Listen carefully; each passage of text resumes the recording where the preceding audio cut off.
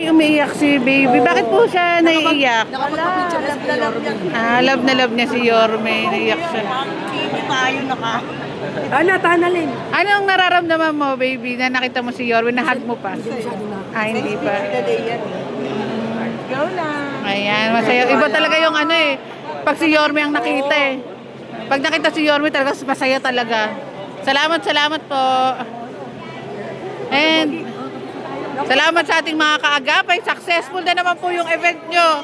Successful. Maraming salamat po sa inyo. Maraming salamat po kay Yorme sa malaking tulong sa aming mga constituent namin sa barangay. Salamat. Number 1 po siya. Ayan, number 1 talaga. Si Mayor Sco Moreno sa mga batang Maynila. God first. Salamat din ako sa ating mga kabarangay na natulungan. Ayan. Ay, Mga naniniwala. Maraming salamat. ay tama, mga naniniwala. At eto, tinatapasan nyo ngayon.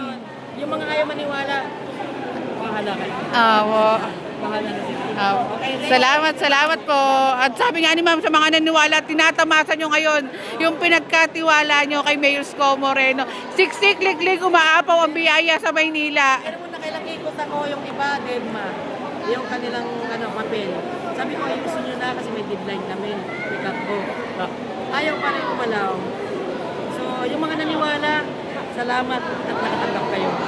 Napakadami rin po. Para sa inyo po yan, hindi ako mangingi. Ayun. Reserve pa rin. Lalo na po sa mga may cancer patient namin. Lalo sa may mga karamdaman. Opo, kanina nga may cancer patient, 70,000. Umiiyak nga po siya. 100,000. Grabe si Yorme. Kung mayroon ba kayong mayor na ganyan? Wala. Kahit public servant. wala. Salamat din po sa tulong niyo po kay Mayor Sco Moreno. Shout out po. Vlog po kayo. Busilak Diary po. Diary Ulala. Ano makakaya? Ay, salamat. Salamat po. Salamat po. Ingat po.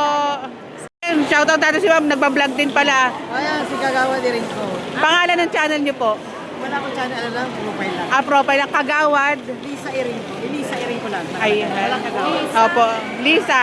Elisa. Elisa. Salamat po, Kagawad. Ingat po.